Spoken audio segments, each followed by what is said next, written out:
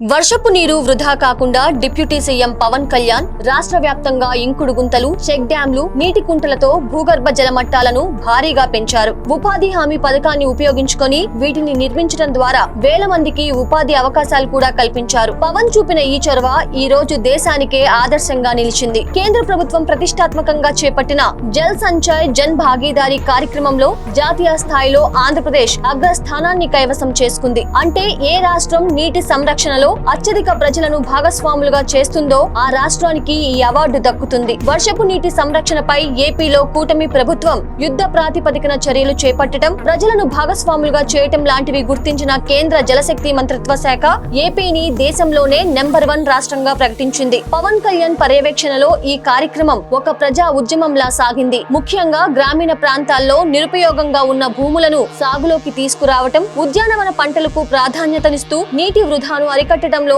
ప్రభుత్వం గొప్ప విజయం సాధించింది. కేంద్రం విడుదల చేసిన గణాంకాల ప్రకారం ఆంధ్రప్రదేశ్ అమలు చేసిన ప్రజా భాగస్వామ్యం మోడల్ ఇతర రాష్ట్రాలకు మార్గదర్శకంగా నిలుస్తోంది. చిత్తడి నేలల పునరుద్ధరణ, నదుల అనుసంధానం వంటి భారీ ప్రాజెక్టులతో పాటు క్షేత్రస్థాయిలో చిన్న చిన్న జలవనరులను కాపాడుకోవడంలో ప్రభుత్వం చూపిన శ్రద్ధే ఈ విజయానికి వెన్నుముకగా నిలిచింది. వర్షాకాలంలో నీటిని నిల్వ చేస్తూ వేసవిలో సాగు, తాగునీటి అవసరాలను తీర్చడమే లక్ష్యంగా సాగుతున్న ఈ ప్రస్థానం ఏపీని జలభద్రత కలిగిన రాష్ట్రంగా తీర్చిదిద్దింది.